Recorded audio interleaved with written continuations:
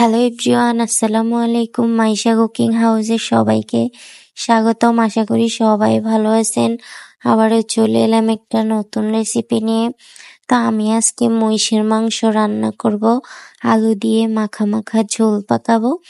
তো আমি চুলায় কড়াই বসাই দিলাম, আমি তেল দিয়ে দিলাম তেজপাতা, এখন দিয়ে দিলাম মাংসগুলো, দিয়ে দিলাম লবণ, টমেটো, পেঁয়াজ কুচি, কাঁচামরিচ, দিয়ে দিলাম টমেটো সস, দিয়ে দিলাম চিলি সস, দিয়ে দিলাম রসুন বাটা, দিয়ে দিলাম আদা, দিয়ে দিলাম টক দই, দিয়ে দিলাম জিরা বাটা, দারচিনি, এলাচ। তো এখন আমি দিয়ে দিলাম এখানে হলুদ গুঁড়ো, মরিচ, ধনিয়ার গুঁড়ো, গরম মশলার গুঁড়ো, গোলমরিচ গুঁড়ো, জয়ফল, জয়ত্রী।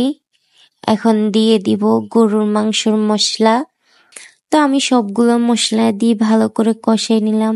আসলে আলু দেওয়ার সময় ভিডিওটা করতে মনে ছিল না। যাই হোক, তো দেখেন আমার রান্নাটা কেমন হয়েছে, সবাই কমেন্ট করে জানাবেন। আশা করি সবার কাছে ভালো লাগবে। তো সবাই ভালো থাকেন, সুস্থ থাকেন। আল্লাহ হাফেজ, আসসালামু আলাইকুম।